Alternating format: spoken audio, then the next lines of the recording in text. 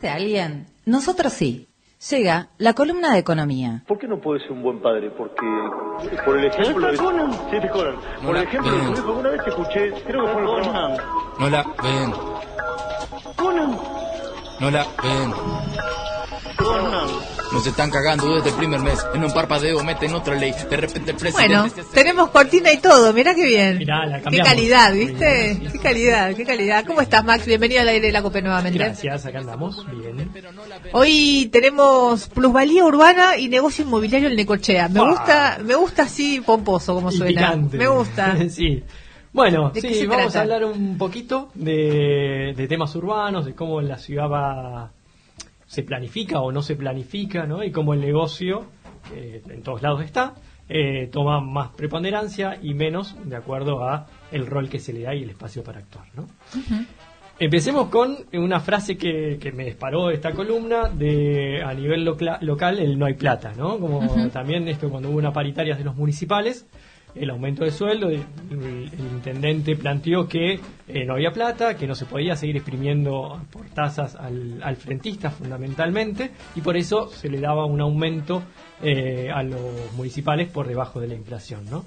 Entonces, ahí está la cuestión, ¿no? ¿Por dónde recauda el municipio? Ya lo charlamos muchas veces, que lo que se está exprimiendo son por las tasas urbanas y que, bueno, ese bolsillo que se bolsiquea habitualmente no es infinito, no se puede seguir y lo que afecta es la cobrabilidad, ¿no? Claro. Cuanto más aumentas la presión en esos lugares, la gente deja de pagar y hace ese efecto que no sea el buscado, ¿no?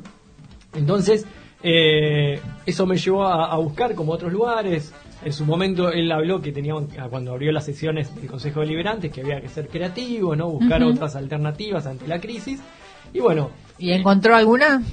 no, por lo menos lo que en los planteos no se ve esa creatividad, ¿no? Y yo no me voy a hacer el súper creativo porque no lo soy, pero sí capaz en el contexto local pensar otras alternativas que otros municipios lo pensaron, ¿no? Y acá son creativas porque no están exploradas, ¿no?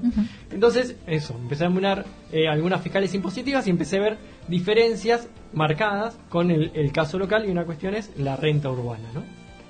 Por el primer lado, las tasas urbanas en otros municipios no se cobran por el valor inmobiliario, ¿no? Acá es por el valor que te fija ARBA de las tasas urbanas, es el valor de la tasa urbana proporcional, ¿no? De que te van a cobrar. Independientemente si te barren o no la calle, si te la riegan, si hay una conservación de la vía pública, si tenés dos foquitos que apenas andan 2 días y 2 días no funcionan, como en el caso de acá. Acá todo eso es por el valor solamente de la vivienda que tenés. En otros lugares, Bahía Blanca, Tres Arroyos, tienen por los servicios que brindan, ¿no? Si tenés el barrido tantas veces por día, te cobran esa tasa urbana, que es la lógica, ¿no? Las tasas es por el servicio que presta el municipio.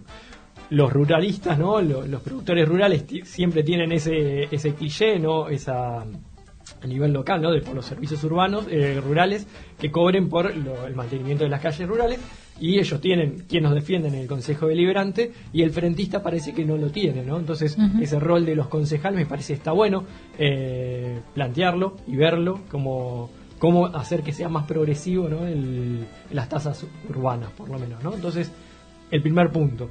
El segundo también, en Bahía Blanca veía que hay una tasa que se llama Vía Blanca, ¿no? Que es por si tenés más de 3 luminarias de estas blancas, ¿no? Hay una tasa diferencial, ¿no? No, acá en el caso local no hay, lo pone el frentista de la calle, vecino, aporta para comprar la luz. Sí, en los casos de que son vías o calles que lo puso la provincia, lo puso el municipio, ¿no? Que hay en avenidas, bueno, por ese beneficio de mayor seguridad y lo que sea, el municipio cobra la tasa urbana de diferencial por estar en esas avenidas. Estaría bueno como evaluarlo también, esa alternativa. Es una de las posibilidades. Por lo menos de usar creatividad, ¿no? Decir, bueno, Claro. ¿cómo hacer que sea más progresivo, ¿no? Si es una obra de la provincia que hizo que esa avenida sea con mejores condiciones, por ejemplo, por la luz blanca, o que te pasa la barredora, ¿no? Automática, ese camión que lo vemos por las avenidas, decir, bueno, que no le cobre lo mismo que el que no le barren nunca. Entonces, claro, buscar esa posibilidad de hacerlo. En el caso de los barrios donde no hay asfalto, por ejemplo, en las calles de tierra, ¿no? Exacto, no, y tampoco que pasa el regador. ¿Qué mantenimiento se le da a esas calles? ¿No? Si pasa o no pasa el regador, claro, si pasa o no pasa la niveladora. Totalmente. Entonces, sí, acá te cobran lo mismo solamente por el valor de tu terreno. Tenés un terreno grande en tal lugar, o tu una vivienda con ciertas características en un lugar donde no te barren nunca, te cobra lo mismo si lo tenés el mismo valor del inmueble en una avenida, ¿no? Entonces, esa cuestión me parece hacerlo más progresivo sería fundamental. Me fui un poco por las ramas, no era el tema principal, pero me pensé como analizando leyendo dos fiscales impositivas, ni más ni menos, Bahía Blanca, de Tres Arroyos, vemos esas grandes diferencias.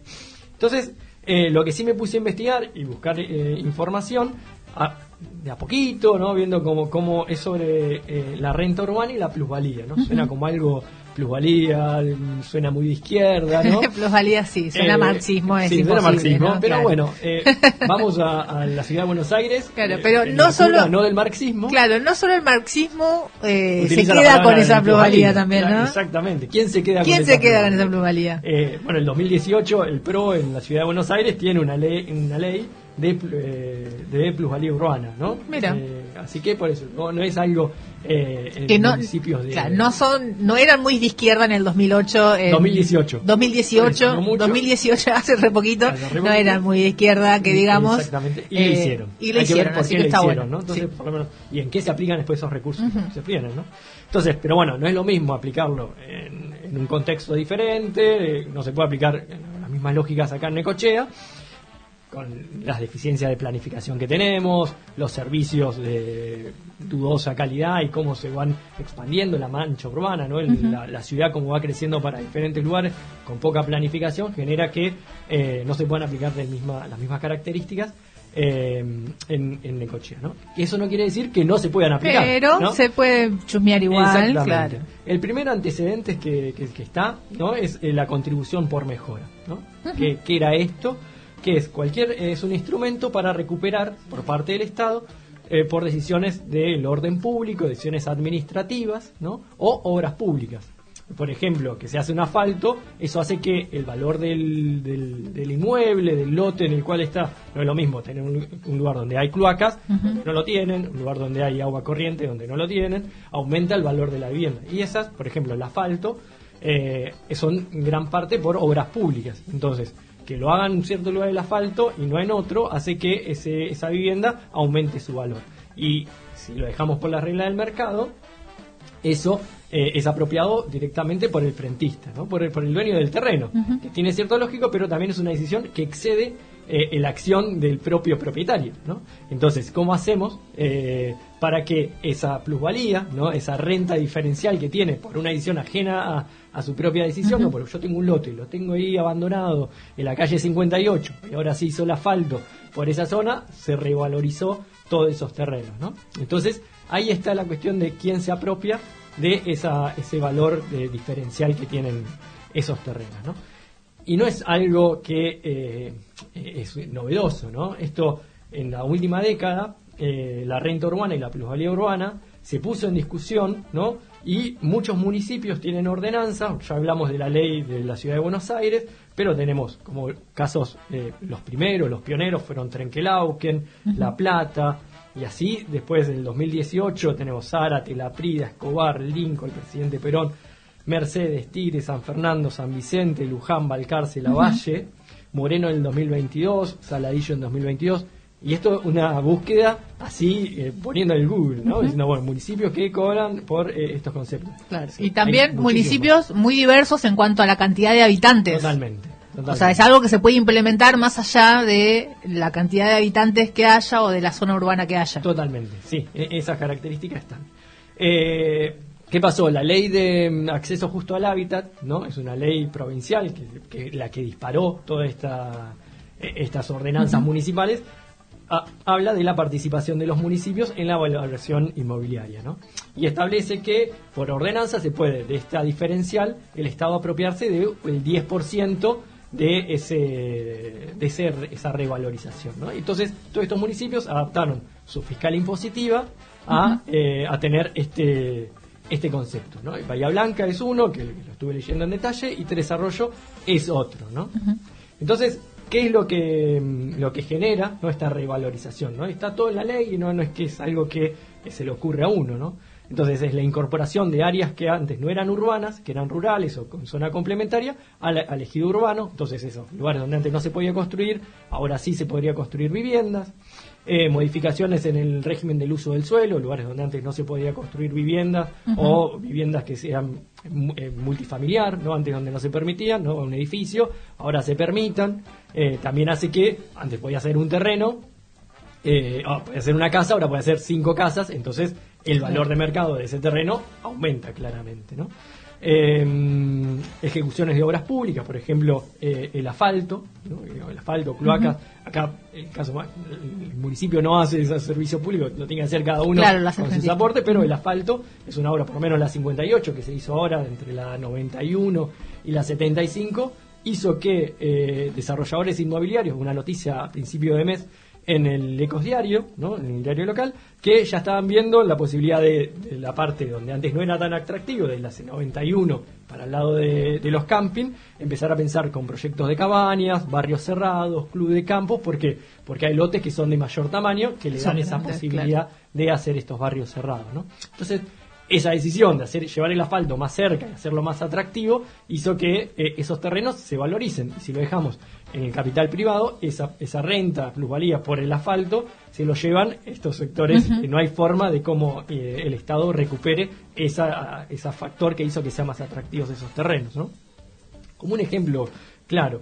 Después hay otras formas que tiene, que es la autorización administrativa por excepción, ¿no?, que se permita construir en un lugar donde antes no se permitían, o modificaciones de reglamentación que permiten, por ejemplo, que se construyan edificios más altos que no eran que antes no estaban permitidos, ¿no? Claro, eso sería ya ver caso por caso. Caso por caso. Pero ¿qué pasó acá en Necochea? Que está bueno para investigarlo.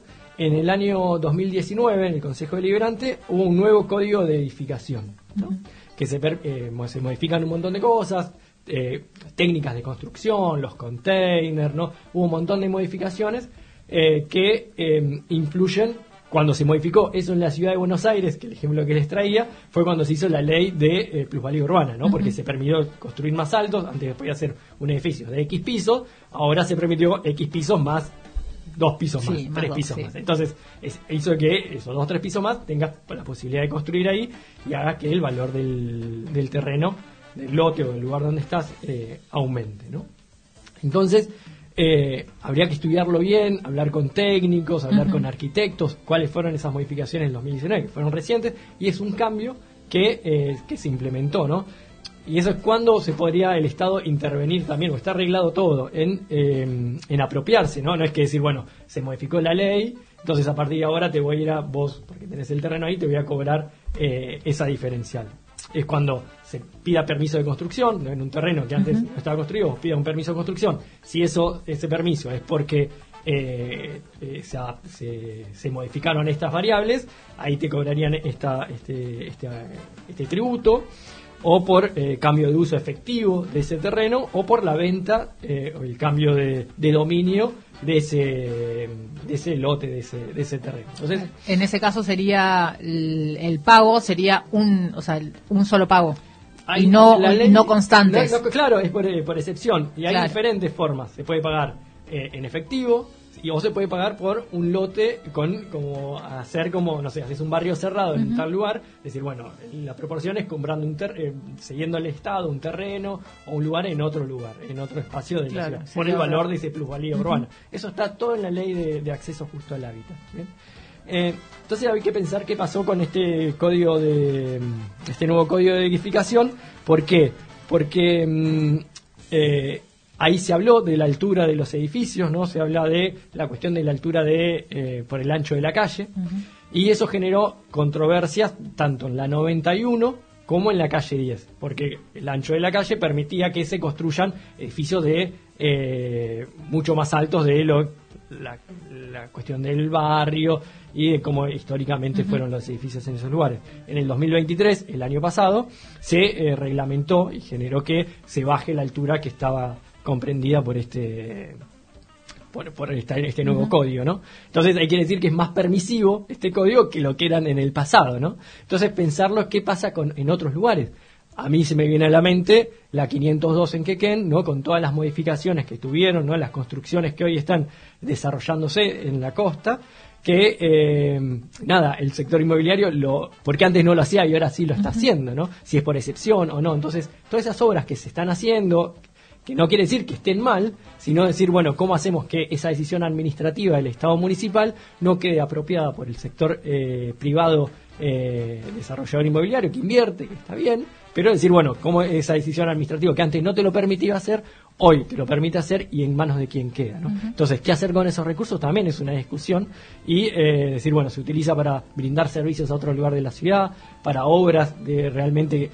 No es el fin, lo que muchos especialistas hablan, que no es el fin recaudatorio en sí, sino generar mayor equidad, ¿no? Entre decir, bueno, claro, se desarrolla, el Estado invirtió, que claramente hizo que con el asfalto, con los llevar servicios a ciertos lugares, que sea posible hacer obras en ciertos lugares, es decir, que bueno, esa no quede apropiado por uno que la verdad no hizo mucho, si no espero que el Estado brinde ese servicio y ahí, o decidió que se pueda construir, hizo que ahí se pueda llegar a poder hacer esa construcción que hace claramente con recursos propios. Es decir, bueno, cómo el Estado hace que esa ciudad sea más equitativa es un gran desafío que muchas ciudades lo llevan adelante y acá brilla por ausencia y lo único que se piensa recaudar es por el lado de el frentista con las tasas, claro, que sigue cobrando. Entonces, poner en discusión eso me parece algo, por lo menos discutirlo, ¿no? Y no que esté como sobresabido o que ya está, es así y no se puede modificar. Muchos otros municipios lo fueron modificando y es algo que se puede hacer.